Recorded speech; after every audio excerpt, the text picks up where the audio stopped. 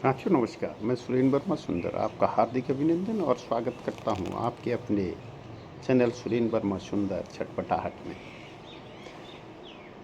साथियों, मंदिर के मौन में मैं सर्वधर्म समभाव से रची गई रचनाओं के क्रम में आप मेरे सहयात्री बनकर चल रहे हैं भारत के 4 मठ पीठ। चारों मठों की जानकारी संक्षिप्त रूप में आपने प्राप्त की। अगर आपको अच्छी लगी हो प्लीज़ लाइक करें, कमेंट करें, शेयर करना न भूलें।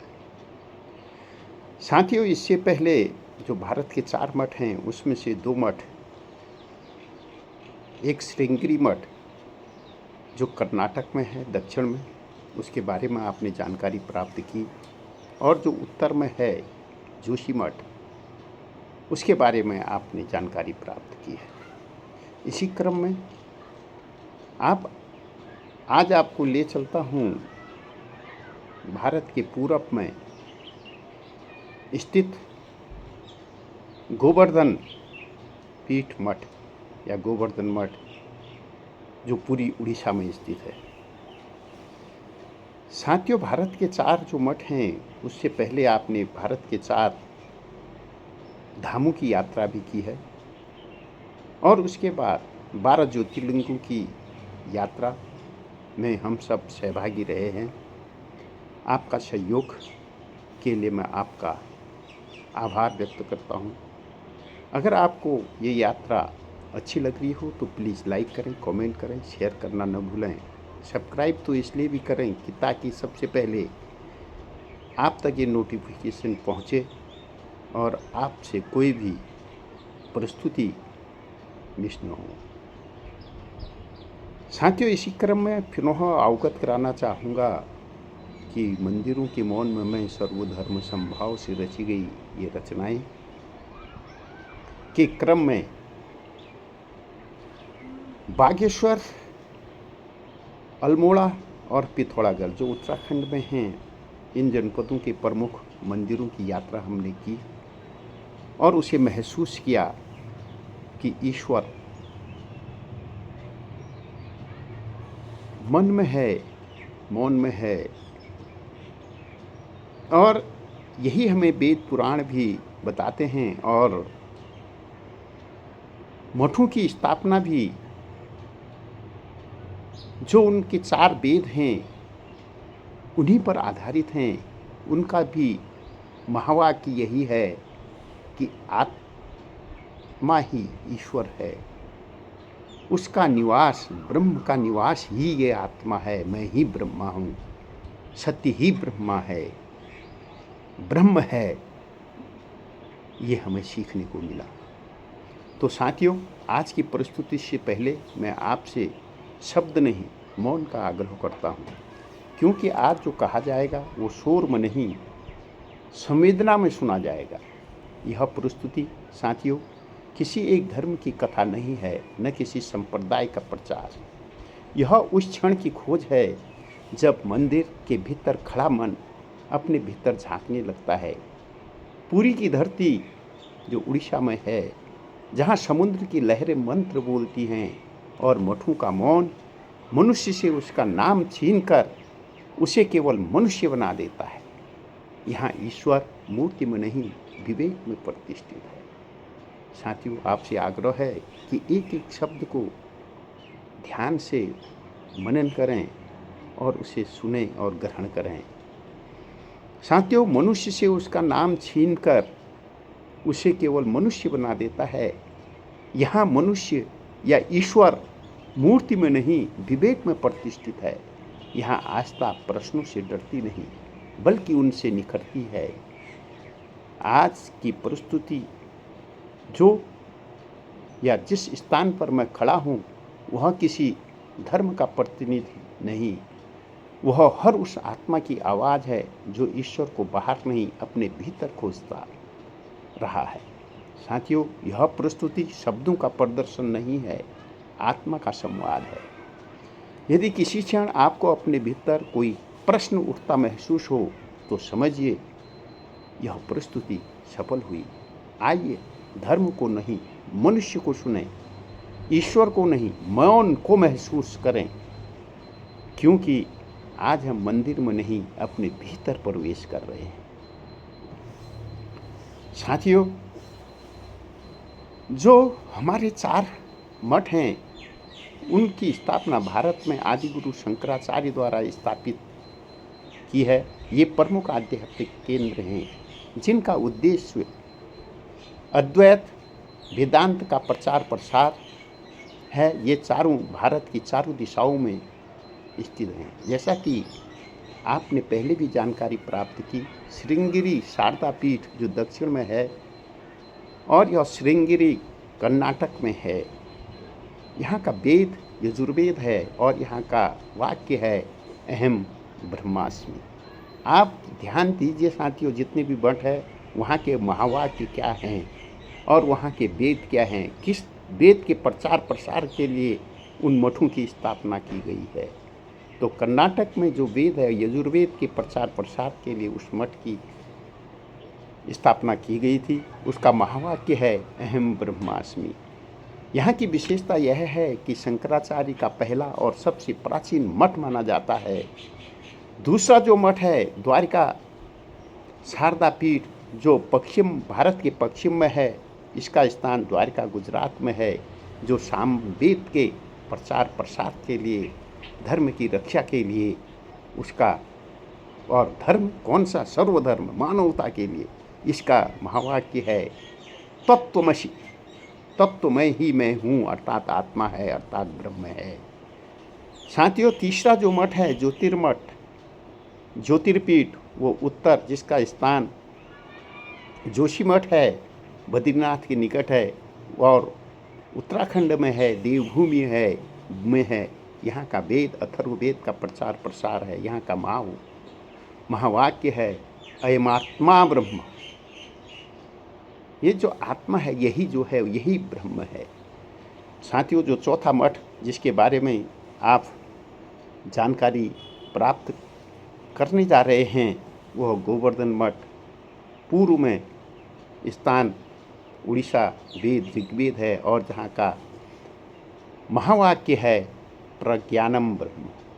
साथियों, ये चारों मठ एकात्म भारत और अद्वैत दर्शन के प्रतीक हैं। प्रत्येक मठ का एक शंकराचार्य होता है जो वैदिक परंपरा और सनातन दर्शन का मार्गदर्शन करता है।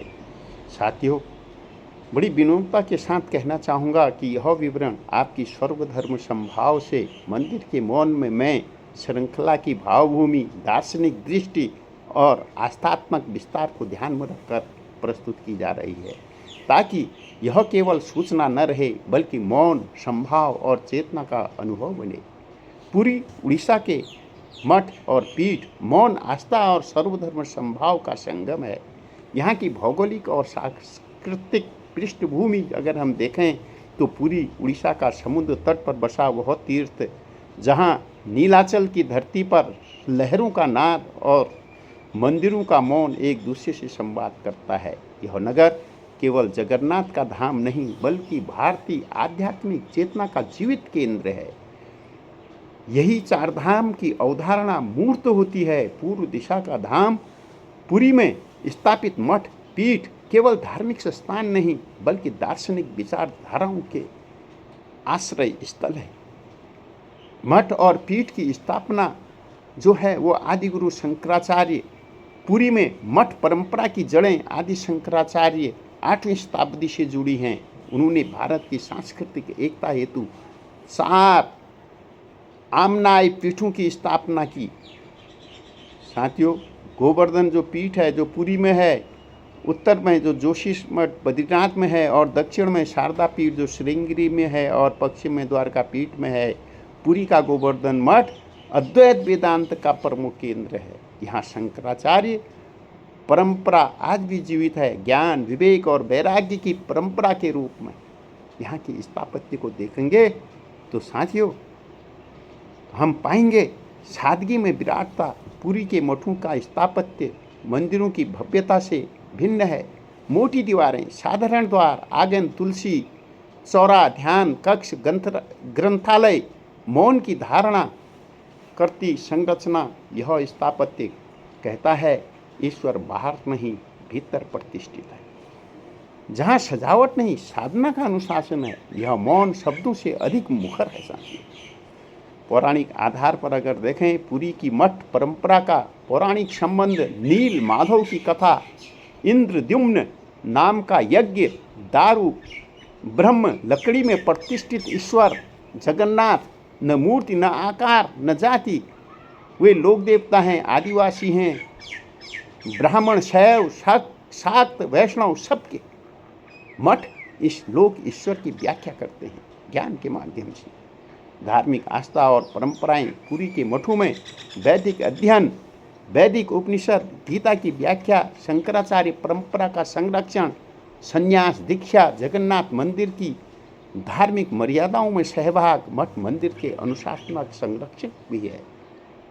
लोक मान्यता और जन आस्था है कि पुरी के मठों को लेकर लोगों में विश्वास है।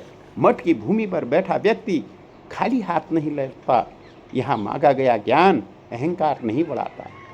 मठ का मौन आत्मा को दर्पण दिखाता है, जहाँ श्रद्धा अंधी नहीं अनुभूति परक है। सर्वधर्म संभाव की दृष्टि से पुरी का मठ संस्कृति किसी एक धर्म की दीवार नहीं खड़ी करती। बौद्ध प्रभाव, शैव, शाक्त परंपराएं, वैष्णव भक्ति, आदिवासी लोक विश्वास, सबका समन्वय, जगन्नाथ संस्कृति, यही यहाँ ईश्वर किसी ग्रंथ में बंद नहीं है। वह भोजन में, उत्सव में, मौन में, करुणा में है। मंदिर के मौन में अगर हम आत्मचिंतन करें तो पुरी के मठ पीठ का मौन पूछता है, मैं कौन हूँ? मेरी पहचान क्या केवल धर्म है? क्या ईश्वर किसी नाम का मोहताज है? वह मौन उत्तर नहीं देता, स्वयं को खोजने की यात्रा पर छोड़ देता है। साथियों, निष्कर्ष रूप में कह सकते हैं कि भावात्मक निष्कर्ष के रूप में कह सकते हैं कि पुरी का मठ पीठ धर्म नहीं सिखाता, विवेक जगाता है, ईश्वर नहीं देता, अहंकार छीन लेता है। यहाँ सर्वधर्म संभाव है, जहाँ हर आस्था मौन होकर एक हो जाती है। साथियों, मंदिर के मौन में मैं, मंदिर के द्वार खुले हैं आज, पर शोर को भीतर आने मत दो। यहाँ शब्द नहीं अनुभूति बोलें, अपने मन को ही पहचाने मत दो। यह धर्म नहीं, यह दृष्टि है जो प्रश्नों से डरती है। यह आस्था दीपक सी जलती है जो अंधे विश्वास में झरती नहीं। यहाँ पत्थर नहीं चेतन है, हर श्वास में चेतन बोल रहा। मूर्ति मौन है, पर मौन में अहंकार का स्वर बोल रहा है। समुद्र की लहरें मंत्र बनी, पुरी की धरती मौन कहे। जो खोजे ईश्वर बाहर बाहर, वह भीतर का सच कौन कहे। न शैव, न वैष्णव, न शाक्त, यहाँ न ग्रंथों की कोई दीवार खड़ी। यह जगन्नाथ का देश है मित्र, यहाँ मानवता सबसे बड़ी, यहाँ मानवता सबसे बड़ी। यहाँ पूजा हाथों से नहीं विवेक से आरती होती है। यहाँ झुकता है जो अहंकार, उसी को सच्ची मुक्ति होती है। मैं मंदिर में खड़ा नहीं हूँ, मैं स्वयं मंदिर बनता जाता हूँ। हर प्रश्न के दीप जलाकर मैं अपने ही भीतर उत्तर पाता जाता हूँ, अपने ही भीतर उत्तर पाता जाता हूँ। जो मौन समझ ले वही ज्ञानी, जो मौन सुने वही भक्त हुआ। जो मौन समझे वही ज्ञानी, जो मौन सुने वही भक्त हुआ। ईश्वर नहीं बदला इस युग में, बस समझने का अर्थ बदल चुका। तो साथियों, यह प्रस्तुति नहीं, यह अंतर्मन है। यह प्रस्तुति नहीं, स्वीकार करो। धर्म को छोड़ मनुष्य बनो, अब मौन को ही साकार करो। साथियों, अंत में कहना चाहूँगा, इस प्रस्तुति में कोई धर्म नहीं था, कोई मत नहीं था। यदि कुछ था तो केवल मनुष्य था और मौन था। यदि इस प्रस्तुति ने आपको एक क्षण के लिए चुप रहने को मजबूर किया है तो समझिए यह प्रस्तुति सफल हुई है, क्योंकि मंदिर के मौन में बाहर नहीं गूंजता, वह भीतर उतरता है। आज हम ईश्वर को सिद्ध करने नहीं आए थे, हम स्वयं को समझने आए थे। यदि जाते समय आपके भीतर थोड़ा अहंकार कम हुआ, थोड़ा अधिक करुणा और थोड़ी सी शांति लेकर लौटे, तो यह प्रस्तुति की सबसे बड़ी सिद्धि है। आइए धर्म को अपने स्थान पर रहने दें और मानवता को केंद्र में रखें, क्योंकि जब मनुष्य जागता है तभी मनुष्य मौन होकर मुस्कुराता है। आपका आभार, आपका अभिनंदन। साथियों, कैसी लगी ये प्रस्तुति? अगर अच्छी लगी हो तो प्लीज़ सहयोग करें, लाइक करें, कमेंट करें, शेयर करें और सब्सक्राइब करना न भूलें। आपसे विनम्र निवेदन है। इसी क्रम में हम कल पश्चिम का जो मठ है शारदा पीठ द्वारिका गुजरात में स्थित है, उसके बारे में परिचर्चा करेंगे, उसके बारे में जानकारी प्राप्त करेंगे। इन मठों की यात्रा कल को समाप्त होगी द्वारिका के साथ, द्वारिका पीठ के साथ। तो साथियों, आगे आप क्या किस धर्म, जाति, सर्वधर्म समभाव को लेकर जानकारी प्राप्त करना चाहेंगे, उसके बारे में कमेंट सेक्शन में अवश्य लिखिए, ताकि मैं वहाँ की जानकारी आपको दे सकूं। धन्यवाद। फिर मिलते हैं आपसे। सर्वे भवन्तु सुखिनः, सर्वे सन्तु निरामयाः, सर्वे भद्राणि पश्यन्तु मा कश्चित् दुःखभाग् भवेत्।